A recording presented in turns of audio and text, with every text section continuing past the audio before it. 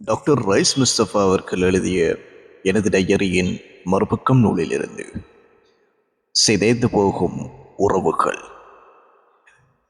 28/12/2003 ஞாயிற்றுக்கிழமை Sunday times பத்திரிகையை வாசித்துக் கொண்டிருந்த போது, சென்ற வருடம் லேடி ரிச்வே வைத்தியசாலையில் நான் சந்தித்த ஒரு நோயாளி சிறுவனும் அவனின் குடும்பமும் நினைவுக்கு வந்தன.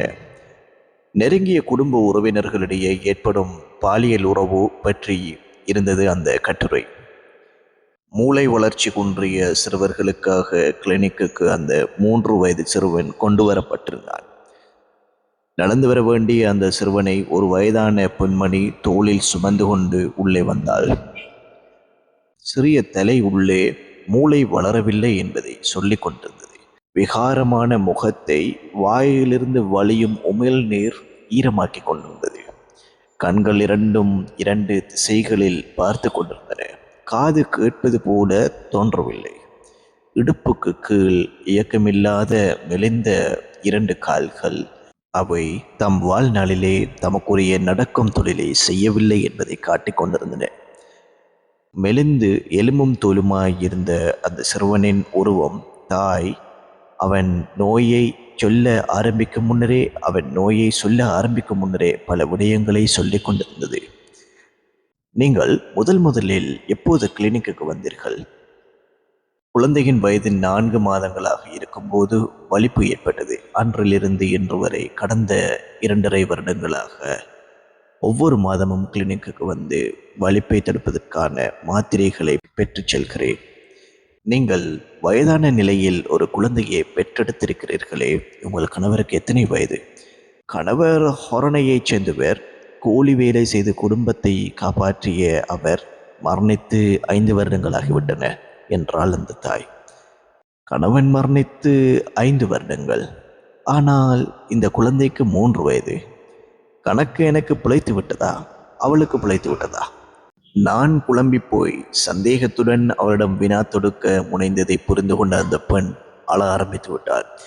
இது எனது மகனின் குழந்தை டாக்டர் என்று கூறி தேம்பினாள். பல வயதான பெண்கள் தமது பிள்ளைகளின் குழந்தைகளை கிளினிக்கு கூட்டி வருவது வழக்கம்.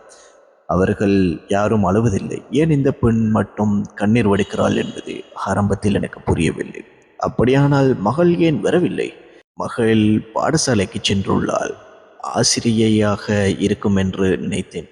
அப்படியல்ல, மகள் காப்போத்த உயர்தர பிரிவில் படிக்கும் மாணவி என்று அந்த பெண்மணி அழுது கொண்டே சொன்னாள்.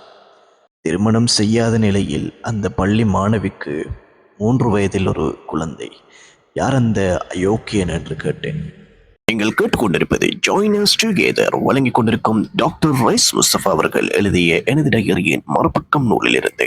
எமது பதிவுகளை உடனுக்குடன் உங்கள் வாட்ஸ்அப்பில் பெற்றுக்கொள்ள 0719696851 என்ற இலக்கத்திற்கு புக் BOOK என டைப் செய்து அனுப்பி வைக்கவும். பதில் சொல்ல தடுமாறினாள். பின் ஏதோ சொல்ல முனைந்தாள். வார்த்தைகள் சிக்குண்டன, வெளிவரவில்லை. கிளினிக்கு வந்த மற்றைய சிறுவர்களும் அவர்களின் பெற்றோரும் அந்த நிறையில் நிறைந்திருந்ததால் அவளால் சொல்ல முடியாதிருப்பதை உணர்ந்து மற்றவர்களை வெளியில் அனுப்பும்படி பணித்துவிட்டு சம்பாஷணையை தொடர்ந்தோம். அந்த அயோக்கியம் வேறு யாரும் இல்லை, எனது மூத்த மகன்தான் என்று சொல்லி அந்த தாயின் முகம் கூனி குறுகி போனது. அவள் சொன்னதை கேட்டதற்கு என் காதுகள் கூசின. ஜீரணிக்க முடியாத ஒரு யதார்த்தத்தோடு வாழும் அந்த தாயின் நிலையை, அவளின் உள்ளம் அனுபவிக்கும் சித்திரவதையை அவளின் முகம் காட்டிக் கொண்டிருந்தது.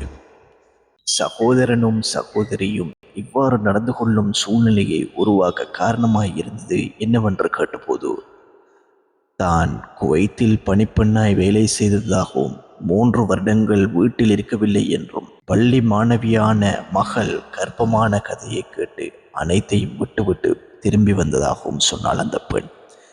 குடும்ப உறவு, சமூக அமைப்பு மற்றும் ஒழுக்க விழுமியங்களுக்கு முக்கியத்துவம் கொடுக்காத மக்களின் நிலையை பாருங்கள். சகோதரனுக்கும் சகோதரிக்கும் பிறந்த குழந்தை ஒரே வகையான ஜீன்கள் சேர்ந்ததால் குறைபாடுகள் நிறைந்ததாக பிறந்துவிட்டது. இஸ்லாம் மிக தெளிவாக ஹராமாக்கிய ஒரு விடயம் சரியாக பின்பற்றப்படாததன் விளைவை பாருங்கள்.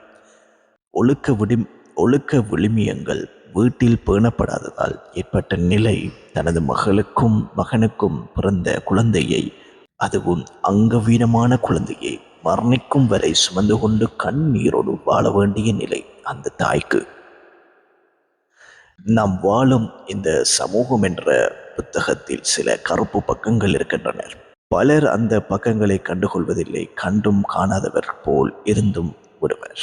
இந்த கருப்பு பக்கங்களின் உள்ளே இருக்கின்ற விடயங்கள் வெளியில் பேசப்படுவதில்லை, மறைக்கப்படுகின்றன. வைத்தியர் என்ற வகையில் சமூகத்தின் இந்த பக்கங்களில் தொடரும்.